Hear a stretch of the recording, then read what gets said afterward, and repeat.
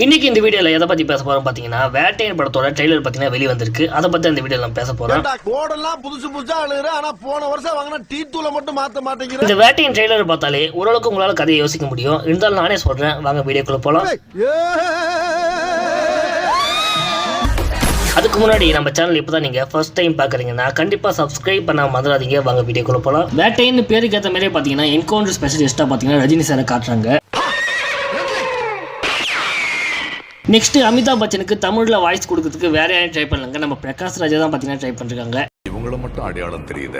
ஸ்டார்டிங்லேயே பாத்தீங்கன்னா national police academy ட்ரைனிங்ல பாத்தீங்கன்னா அமிதாப் பச்சன் ரஜினி சாரோட போட்டோ போட்டு இவர் யாருன்னு கேட்கறாரு. அதுக்கு ரித்திகா சிங்கும் இவர் தான் இந்த படத்தோட ஹீரோ, எங்களோட இன்ஸ்பயர் சொல்லிட்டு சொல்லிருப்பாங்க. இந்த படத்துல ரஜினி சாரை எல்லாருமே ஹீரோ மாதிரி பார்க்கும்போது அமிதாப் பச்சன் மட்டும் பாத்தீங்கன்னா இவர் பண்ற வேலையெல்லாம் பிடிக்காத மாதிரி நடந்து போற போல இருக்கு.